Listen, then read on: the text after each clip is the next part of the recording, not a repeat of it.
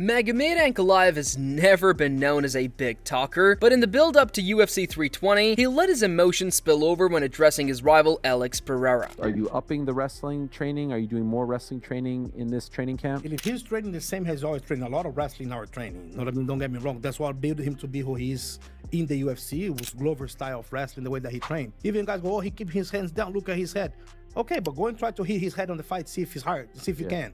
You know what I mean? So he just showed things that he wants to show. He's always focused on the wrestling for the MMA training, not only the striking. It's been almost 4 years that he's around here now training wrestling like that, you know what I mean? But that's since day one. He was already an outstanding striker.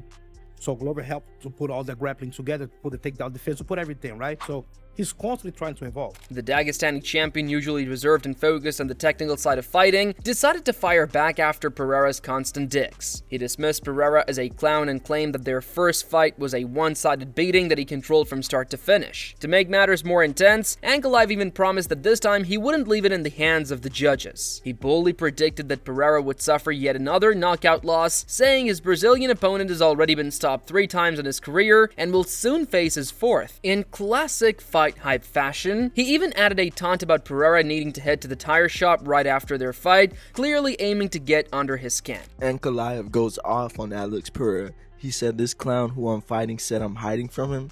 I'm giving him a rematch, and he should be very grateful. I whooped him for 5 rounds, and I did everything I wanted during the fight. Let's focus on fighting, not trash talking. I love to see this energy. I love when a fight has beef and it's personal.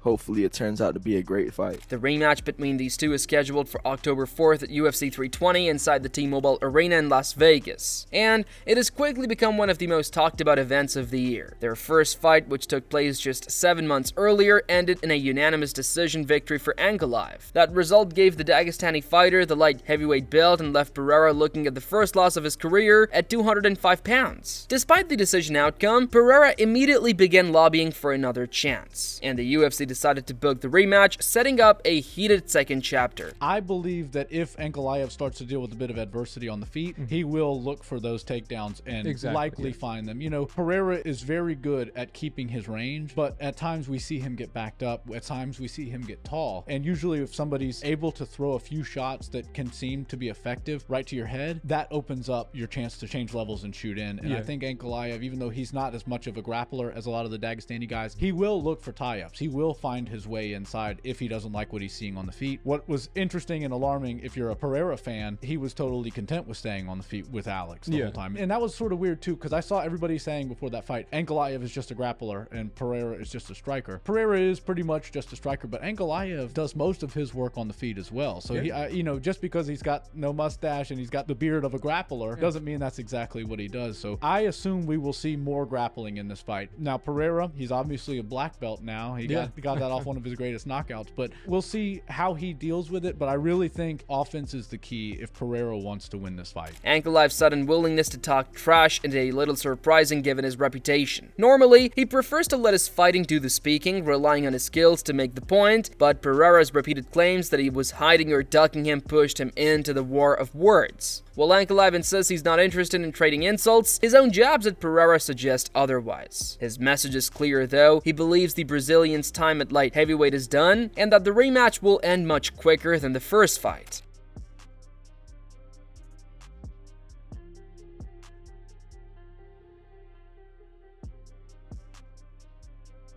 On the other side, Pereira hasn't stayed quite either. The former 2-division champion has been turning up the heat, calling up Ankalaev a coward and even labeling him a terrible champion. The Brazilian has his own version of events about their near encounter at the UFC Performance Institute in Las Vegas. According to Pereira, Ankalaev actually avoided him during a recent visit. He claims someone at the facility tipped Ankalaev off that Pereira had left, allowing the champion to come out from hiding. Pereira laughed at the situation, saying Ankalaev acted like he was scared of running into him face to face, and he called him weak for not even being willing to share the same space, mocking the idea that a world champion would behave that way. That story spread online quickly, adding fuel to the already fiery rivalry. For Pereira, this wasn't just about Ankalaev's social media posts, but about his behavior in person. He portrayed him as a man who talks tough from behind a screen but avoids confrontation when it's not inside the cage.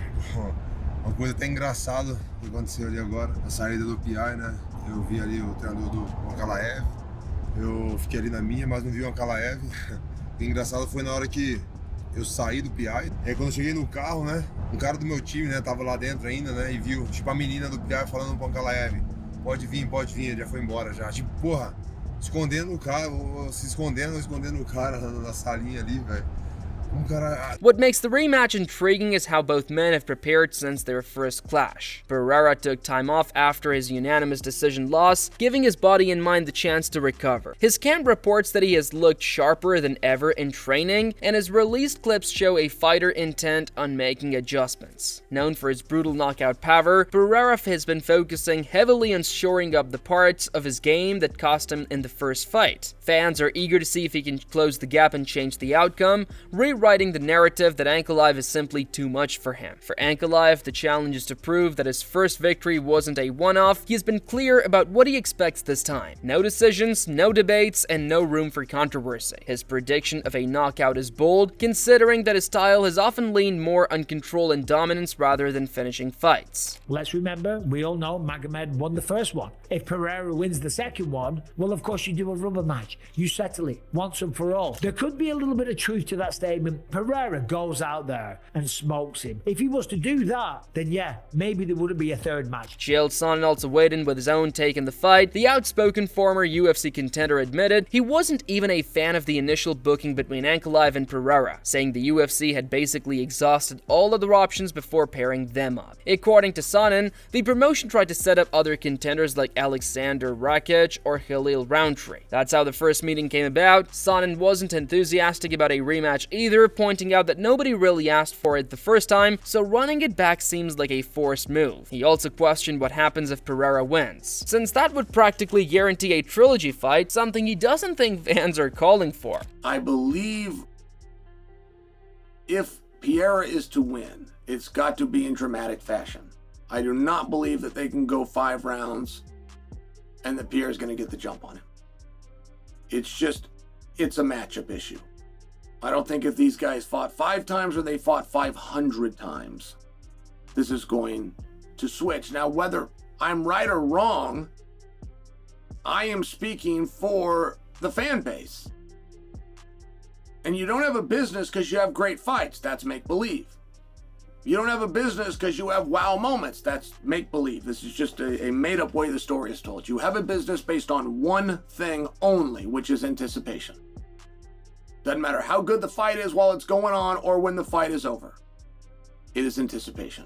Despite that skepticism, there is no denying that Pereira's star power brings something extra to this event. His reputation as one of the few fighters to win titles in 2 different weight classes makes him a major attraction. He was once the UFC's middleweight champion before moving up and capturing the light heavyweight belt, a rare accomplishment that put him in elite company. Losing to Ankalaev dented his momentum, but still, many see him as one of the sport's biggest names. Even his sparring sessions have made headlines ahead of this fight. A training clip surfaced showing Pereira landing a knee that left his sparring partner needing stitches. Some fans question how much force he actually put into it, but others saw it as a sign of his sharpness and focus heading into the UFC 320.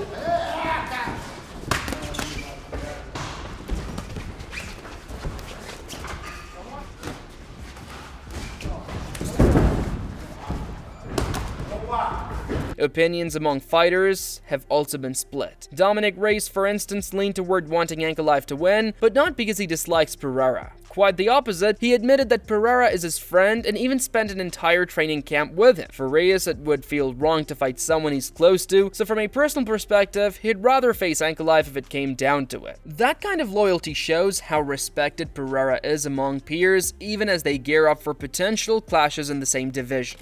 A rematch is going to be more competitive no matter what, right? Because you're aware, right, of each other more. You saw openings that you could have taken in the first fight, you know, that you maybe didn't take, things like that.